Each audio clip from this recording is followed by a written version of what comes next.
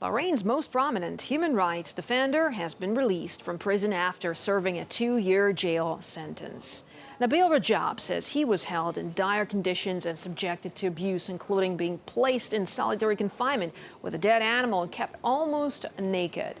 After his release on Saturday, he was welcomed by hundreds of supporters and paid a visit to his mother's grave. Rajab says he's shocked at how much the rights situation in Bahrain had worsened during his time in prison. But he insists he will continue to struggle against discrimination. Well, to give you an idea, a better idea, I should say, of what he's been through, let's now take a look at this. Nabeel Rajab was a founder of the Bahrain Center for Human Rights back in 2002, and over the next 9 years carried on with his rights work more or less openly. But his real problems began with the Bahraini uprising when he began speaking out against the brutal crackdown on protesters in March 2011.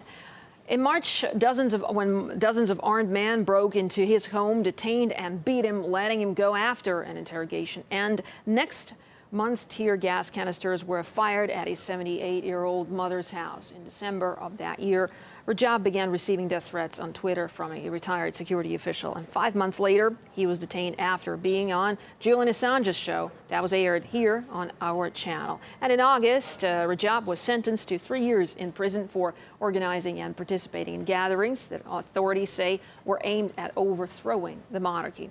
An appeals court reduced his term by a year in December. And my colleague Paul Scott talked to Nabeel Rajab in his first TV interview since being released. And here's what he had to say. Being in jail itself is a violation for my right of expression.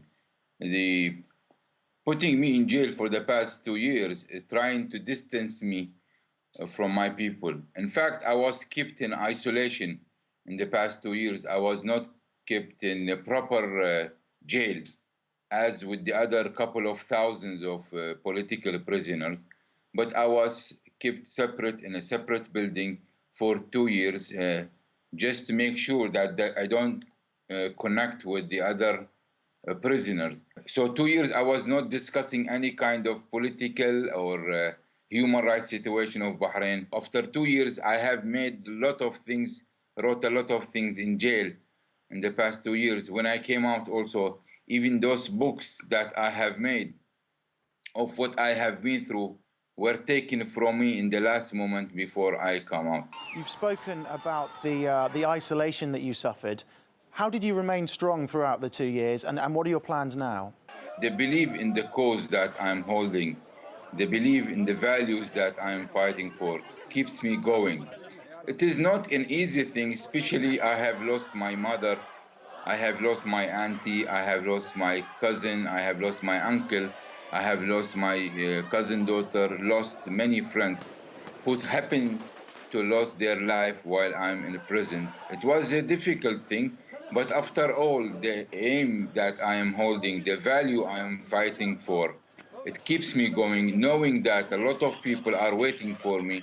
A lot of people needs me to be out, needs me to be focused, strong as ever, kept me going. Physically, maybe I was tortured once only, but I have witnessed other people being tortured in front of my eyes.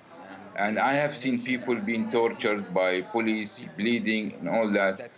So what sort of situation have you come out to in Bahrain now? What's the situation like in the country as we speak?